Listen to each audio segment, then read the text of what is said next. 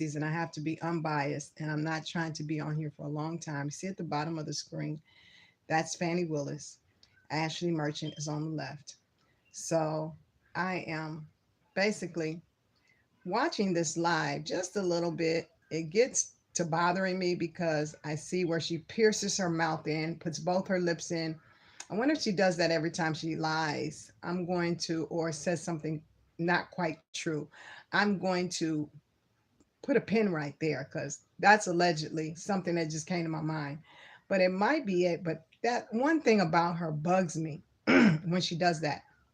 But I did notice this, and I hope you catch the last few minutes that I'm going to cover of this, and you'll have to watch it yourself. You can look it up, CNN News 18, Ashleigh Merchant News Live. You can tell that this woman is grabbing for some straws to get this done. I think she has an ulterior motive.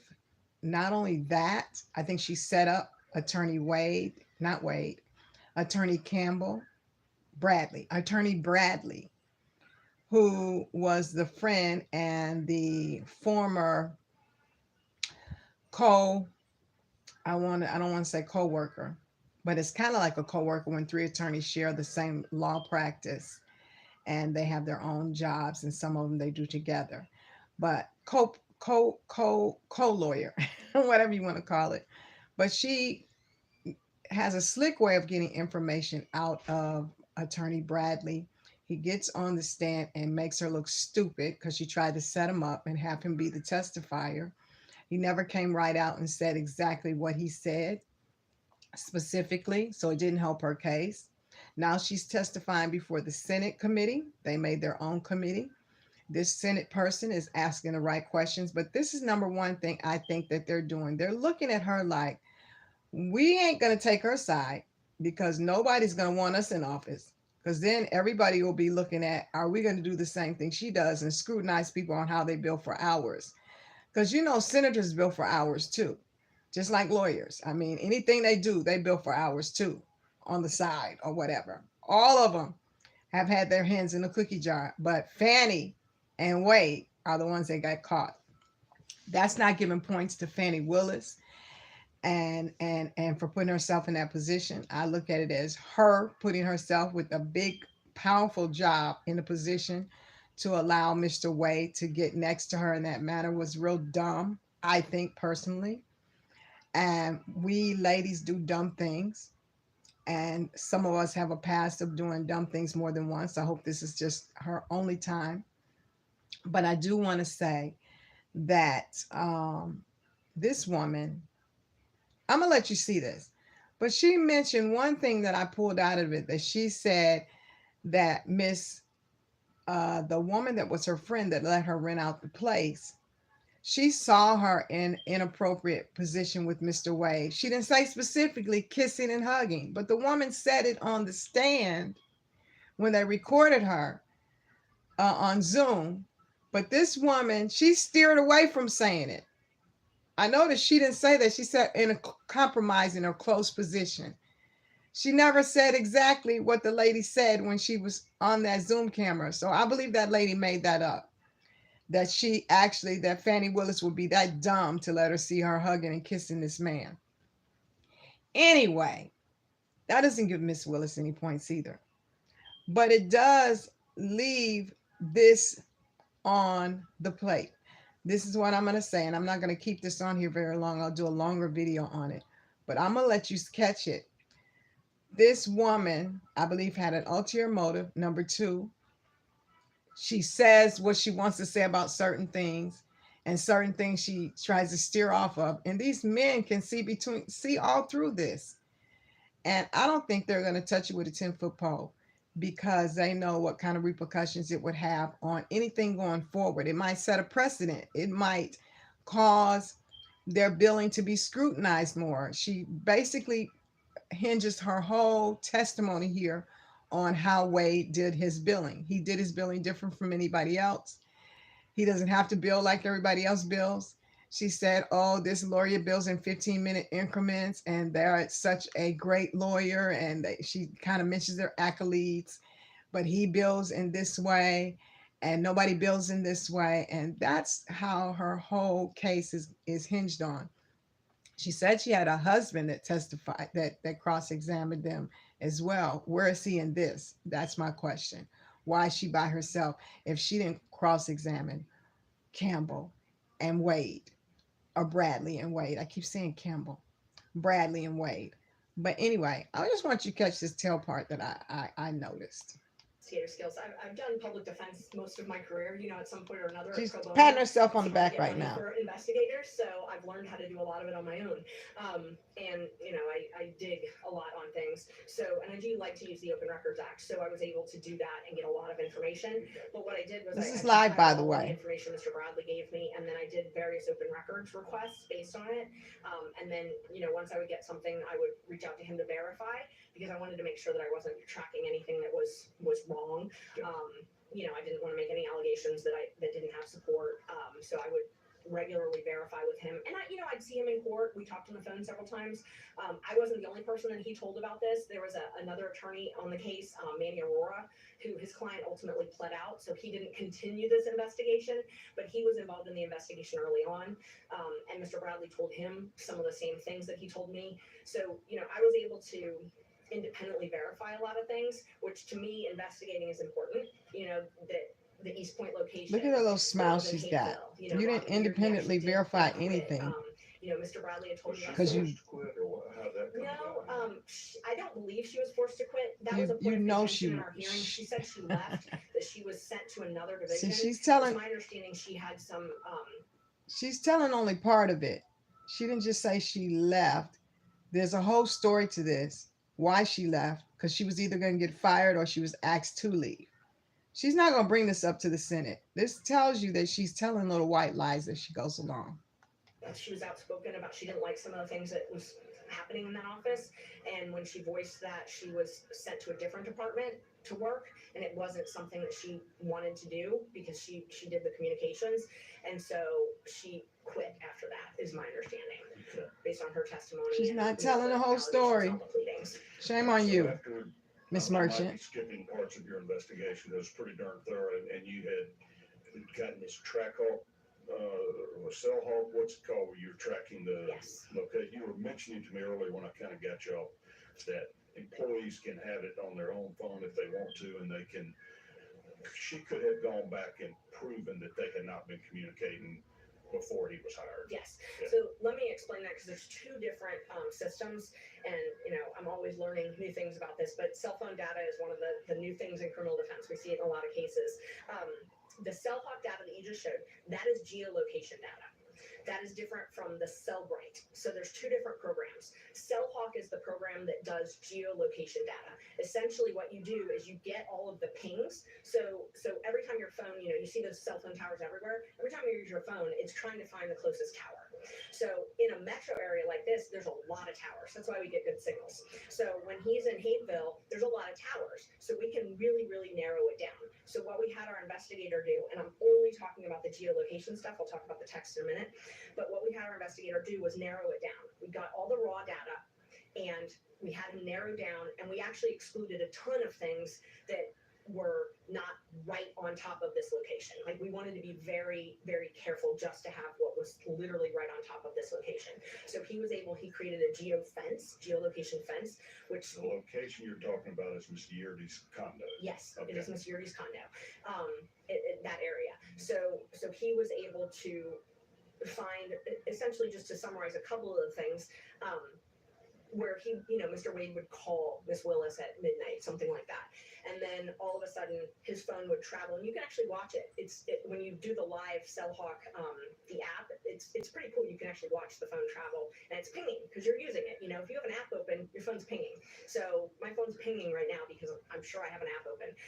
So it's pinging from his house all the way down to the condo at midnight, 1 a.m.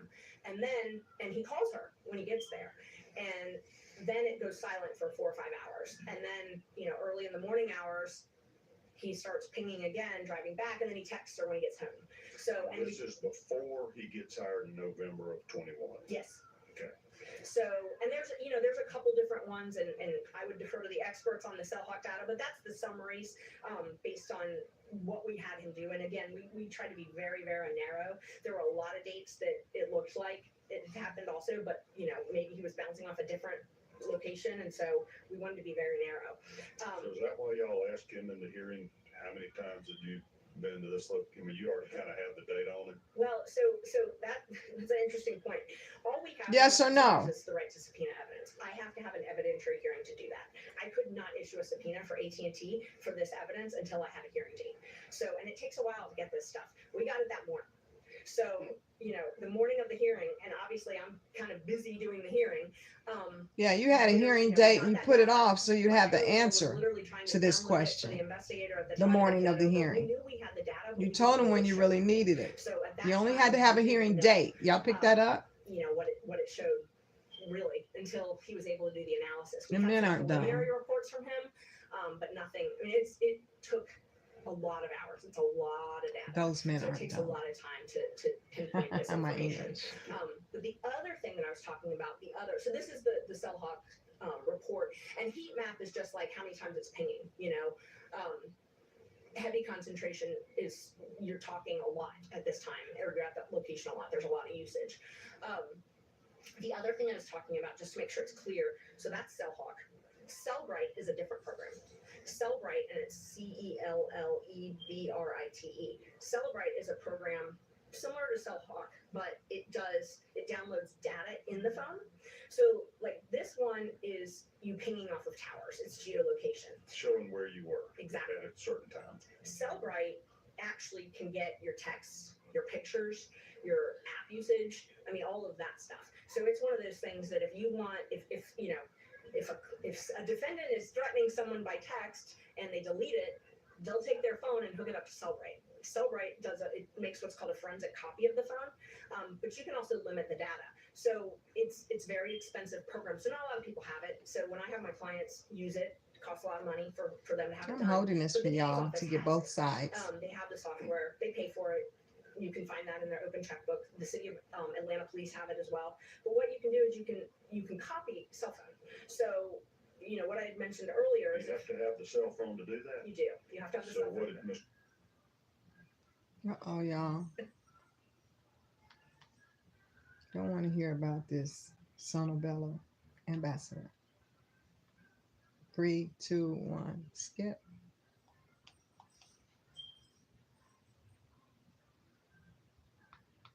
The text messages. I don't have that power. I would have to have a search warrant.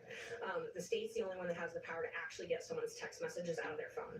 But my whole point in saying that was if I had been accused of having an affair and it didn't start, and I said it started in April and someone else said it started in November, they have the ability. I don't have the ability. They have the ability to plug that phone into We heard Cellbrite you first and time. You don't have the a ability. report that shows all of the texts. So Mr. Wade and Ms. Willis, had they wanted to disprove your allegations, could have just used that Cellbrite program, and it would have shown no communications between them. Yes, and it would have also showed the contents of the text.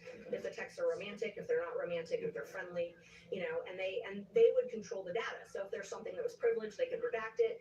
If there's something that, if they wanted to only limit it to we want to prove that we weren't talking romantically in November, they could So limit they it. could have actually pulled up the Of course, text they're not going to itself just say, incriminate "Hey, help me themselves. work on this case, or else, hey, I need you to meet me at the Love Nest." Yes, 100%.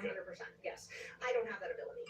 So I don't have. You the done said ability that to 3 search warrant times and get now. that data. All I have the ability to do is get that geofence. 4 times. Who found out about these 12,000 texts and calls and all that kind of stuff? That is what I was able to get by subpoena. So I was able to get the geolocation data by subpoena.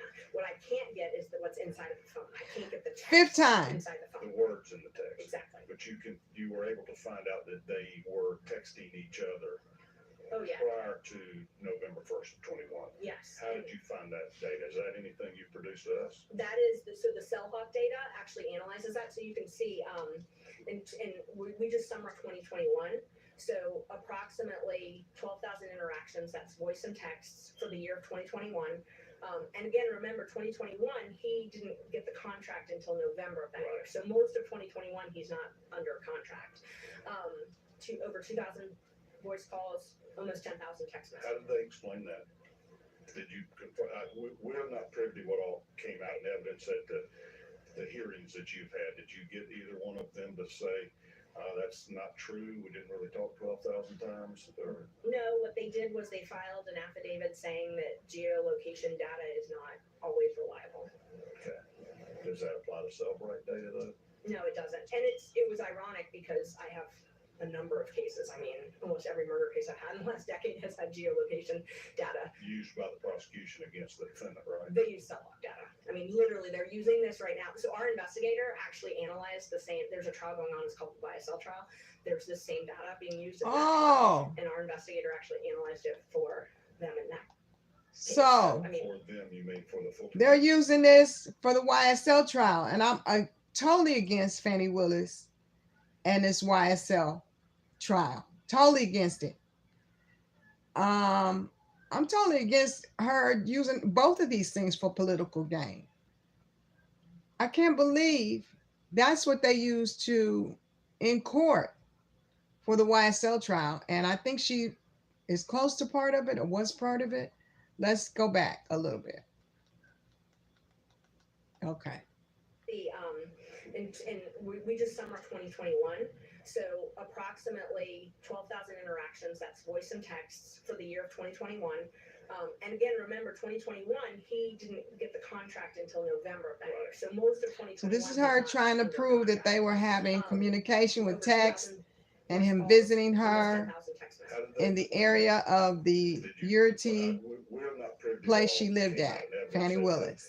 The hearings that you've had, did you get either one of them to say that's not true? We didn't really talk 12,000 times, or no? What they did was they filed an affidavit saying that geolocation data is not always reliable. okay? Does that apply to Cellbrite? Yeah, country. It was ironic because I have a number of cases. I mean, almost every This is murder live case right I've now had if you want to is check it out. Geolocation data. Used by the prosecution. Or it was against the live. defendant, right? They use cell log data. I mean, literally, they're using this right now. So our investigator actually analyzed the same. There's a trial going on. It's called the YSL trial. There's this same data being used in YSL. that trial, and our investigator actually analyzed it for them in that case. So I mean, For them, you mean for the Fulton County DA's office? no, for the defense looking at that data. So the point is, they're currently using the same data in another courtroom to prosecute someone, but their defense in our case was that it's not reliable. Okay. Got it.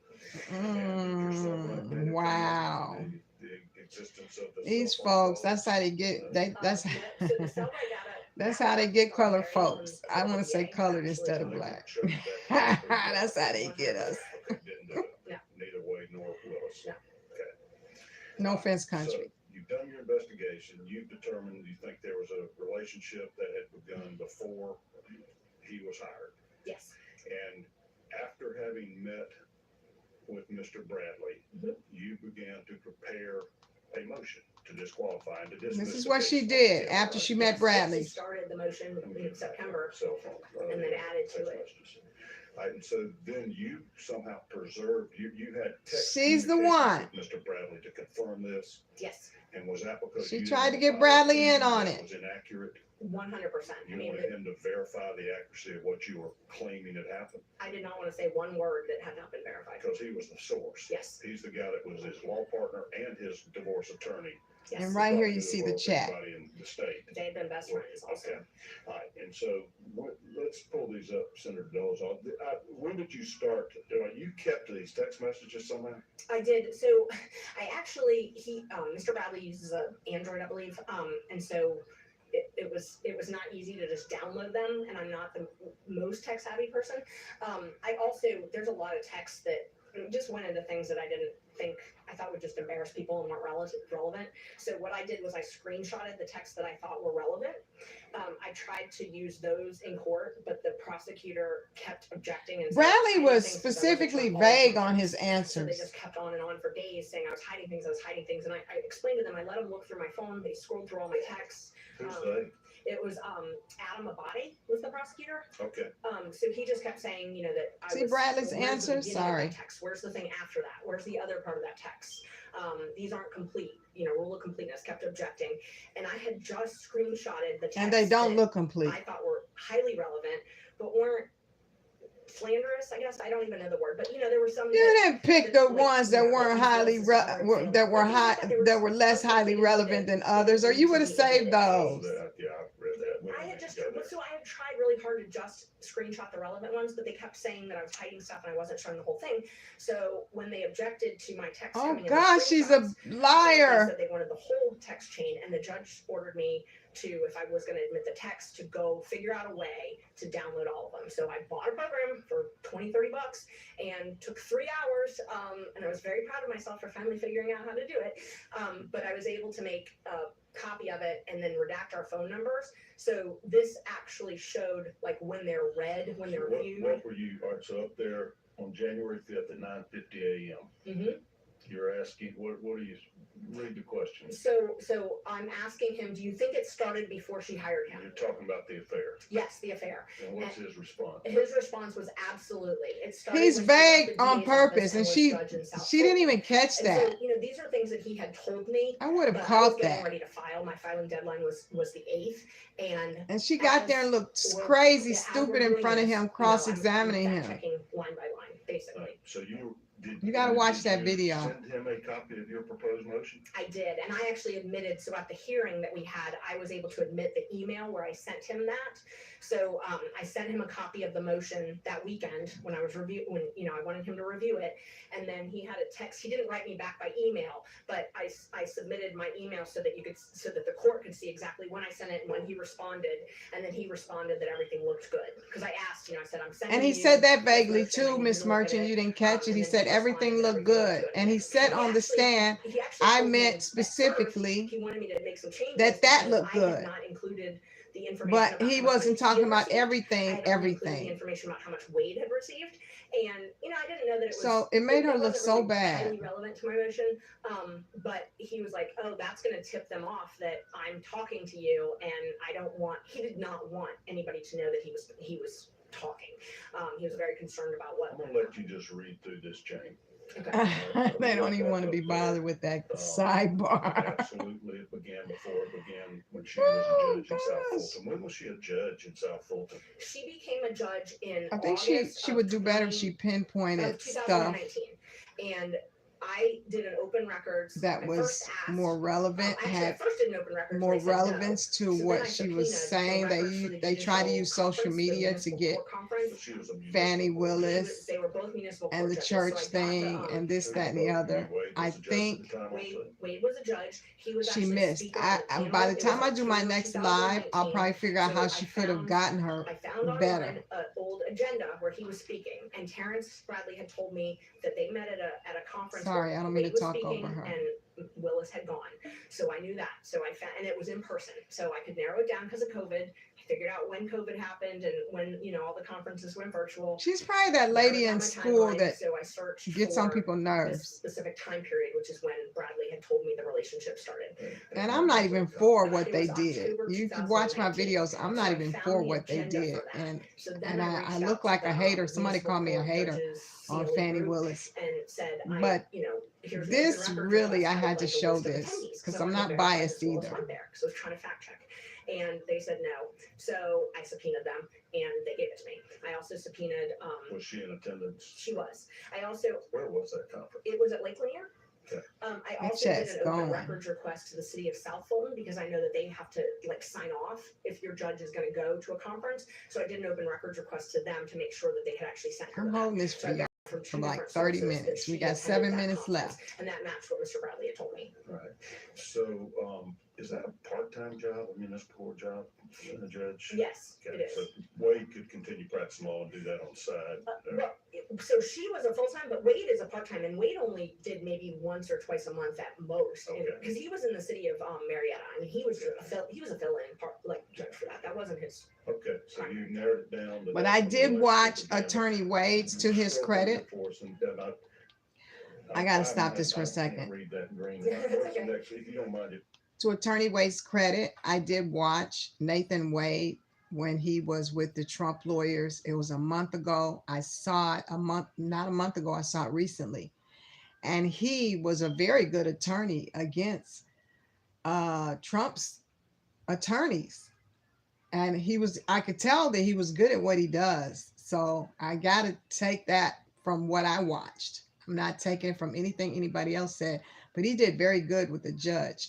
And the judge happened to be the same judge that's over this Trump hearing as well.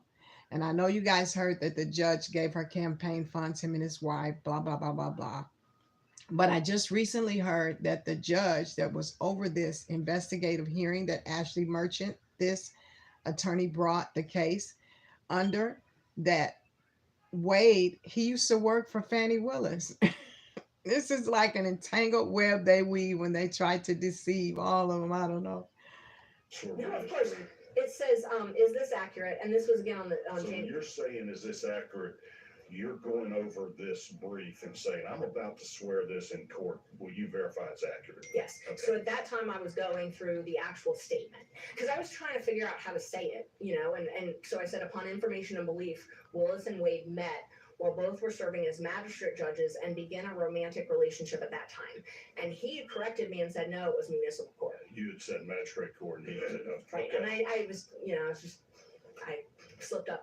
I should have said municipal court. I knew that. So you say thank you. What was his response after that? No, this is 12 something p.m. on January 5th as you're getting your pleading ready. He said, you can't put where they met. Not many people know that. I might be one of only, not even Chris Campbell. Chris Campbell was their other law partner. Yes. Okay.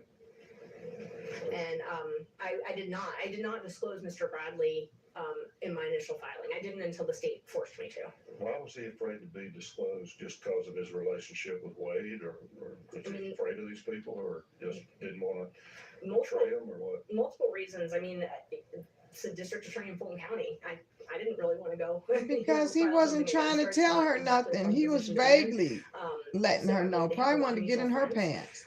I'm sure it wasn't a fun position to be in, to be outing a friend of yours, but the attacks, I mean, it's a small legal community, Were you able to get this into court? Because Bradley, I saw some of his testimony, all of a sudden can't remember anything about anything now. Were you able to use this to impeach him and show that he did know precisely what happened and when? Yes, and he changed his testimony somewhat. At first, when he first testified, he testified that he had never discussed this with me. And then you showed his text message. Wow. well, Sorry. Sorry, guys. That was my fault. It must be time to cut it off for y'all to watch it yourself. So this is Graceful Exposure. Just want to let you know that I am not trying to put the Disney on, but thank you for tuning in. Go to CNN channel 18 on YouTube.